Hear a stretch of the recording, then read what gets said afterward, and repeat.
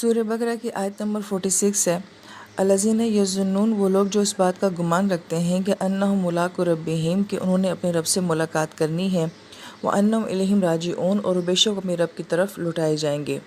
اس آیت مبارکہ میں یظنون کا لفظ جو ہے زن سے ہے، اور زن کا مطلب گمان کرنا ہوتا ہے، مگر یہاں پہ جو گمان ہے وہ یقین کی حد تک کا ہے، کہ ان لوگوں کو یقین کی حد تک یہ گمان ہے کہ ایک دن ایسا آئے گا کہ ہمیں اپنے رب سے ملاقات کرنی ہوگی۔ اس کا ایک ترجمہ تو یوں ہی کیا جاتا ہے کہ یہ ملاقات ابھی کرنی ہے، مگر گرامر کے لحاظ سے یہاں پہ ایک اور نقطہ بیان کیا جاتا ہے کہ ملاقو اسم فاعل کا صیغہ ہے، اور اسم فاعل کی اضافت جب کسی دوسری چیز کی طرف ہو رہی ہوتی ہے تو اس کا مطلب ہوتا ہے کہ وہ کام ہو چکا ہے۔ اب یہاں پہ ملاقو اسم فاعل کا صیغہ ہے، اور اس کی اضافت جو ہے وہ ربہم کی طرف ہو رہی ہے کہ وہ لوگ ملاقات کر چکے ہیں اپنے رب کے ساتھ۔ تو جب اسم فاعل کی اضافت کسی دوسری چیز کی طرف ہو رہی ہو تو کسی کام کا ہو جانا پایا جاتا ہے، یہ کام ہو چکا ہے، تو یہ کون سی ملاقات ہے جو کہ رب کے ساتھ ہو چکی ہے؟ اس کے بارے میں 3 قول آتے ہیں۔ ایک یہ کہ یہ جو بنی اسرائیل کے بارے میں کہا جا رہا ہے کہ کوہ طور پہ ان کی ملاقات اللہ تعالیٰ کے ساتھ ہو چکی تھی، اگرچہ وہ آواز کے ساتھ ملاقات تھی۔ دوسرا اس کا جو معنی بیان کیا جاتا ہے کہ ہماری جو عالم بالا، آسمانی دنیا کو عالم بالا کہا جاتا ہے،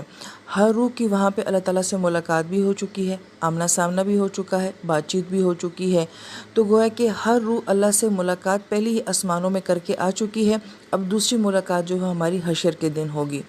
اور تیسرا اس کا جو بہت خوبصورت معنی بیان کیا جاتا ہے کہ اس کا پچھلی آیت کے ساتھ ربط کیا ہے کہ وہ لوگ جو خاشعین ہوتے ہیں، اپنی نمازوں میں خشوع کرتے ہیں، صبر اور نماز کے ساتھ ہر معاملے میں مدد مانگتے ہیں، یہ وہ لوگ ہوتے ہیں جو اپنے رب کے ساتھ ہر وقت جڑے ہوتے ہیں، اس کی ملاقات میں ہی ہوتے ہیں۔ تو گویا کہ نماز جو ہے وہ اللہ تعالیٰ سے ملاقات کا ایک ذریعہ ہے۔ یہ بہت ہی خوبصورت 3 معنی ہیں جو ملاقات کے بیان کیے جاتے ہیں۔ یہ لفظ قرآن پاک کے خوبصورت ترین الفاظ میں ہے، یہ جہاں بھی آتا ہے اس کا بڑا خوبصورت معنی ہوتا ہے۔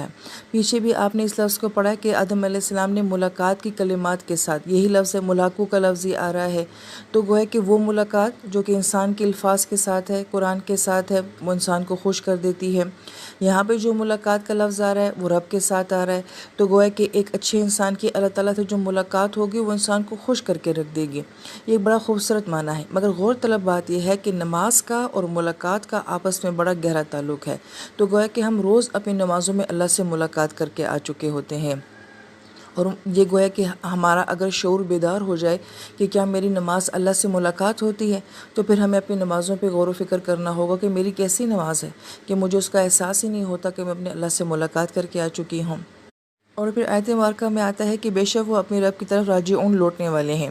آپ قرآن پاک میں اس لفظ کو 2 طرح سے دیکھیں گے، ایک راجعون اور دوسرا یرجعون۔ یہ لفظ جو ہے رجع سے ہے، را جیم عین، اور رجع کا مطلب ہوتا ہے اپنی اصل، اپنی فطرت کی طرف لوٹ جانا، اور ہماری اصل اور فطرت کیا ہے کہ ہم نے اپنے اللہ کی طرف لوٹ جانا ہے، ایک دن ہم نے مر جانا ہے، ہم اس دنیا کے رہنے والے نہیں ہیں۔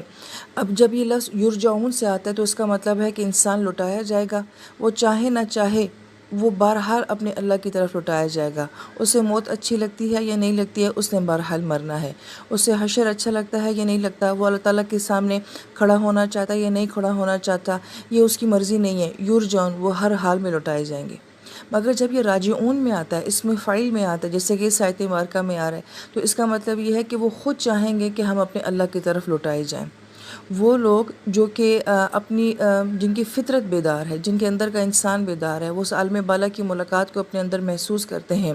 وہ ضرور اپنے اللہ سے ملاقات کے شوقین ہوں گے۔ دوسری بات یہ کہ وہ جو نمازوں میں اللہ تعالیٰ سے ملاقات کرتے ہیں، کہ جس رب کی ہم بن دیکھے نماز پڑھتے ہیں، وہ رب کیسا ہے، ایک دن ہم نے اس سے ملاقات کرنی ہے، تو جب موت آئے گی تو خود ان کی تمنا ہوگی کہ ہم اپنے رب کی طرف لوٹ جائیں۔ تو گویا کہ راجعون کا مطلب ہے کہ ان کا خود اللہ تعالیٰ کی طرف شوق سے لوٹنا، اپنی چاہت، اپنی مرضی سے جو ہے اللہ تعالیٰ کی طرف اور اس کی ملاقات کی طرف شوق رکھنا۔